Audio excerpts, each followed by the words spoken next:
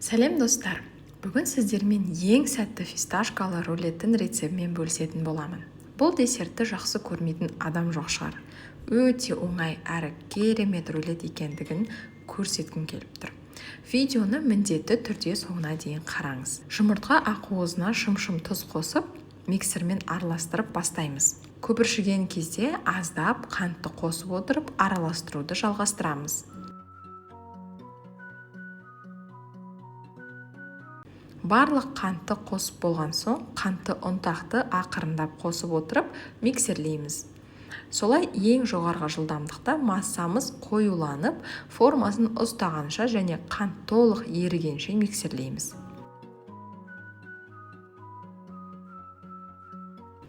Міне осындай болуы керек. Енді блендер ыдысына фисташка жаңғағын, шпинат пен ұнды қосып, блендермен майдалап аламыз. Фисташка жаңғағының орнына фисташка ұнын қосуға да болады. Енді ақуызды массаға қосып, лопатамен астынан үстіне қарай әдемілеп, абайлап араластырып аламыз.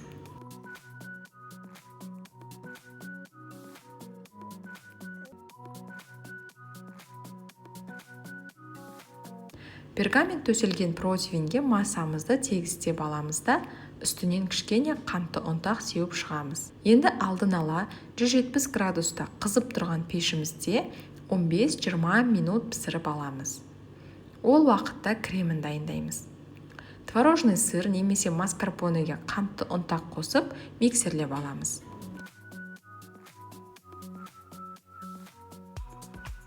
Содан кейін 33% салқын сливке қосып, тағы қоюланғанша миксерлейміз.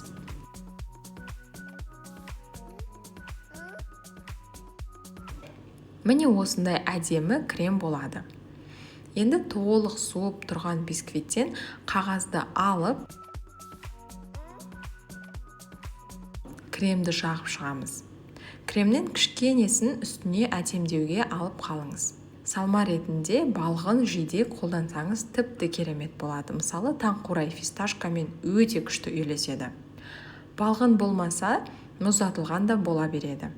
Мен мұздатылған тәтті шие қолдандым. Олай да күшті болады. Енді астына төсеген майлықтың көмегімен рулет етіп орап аламыз.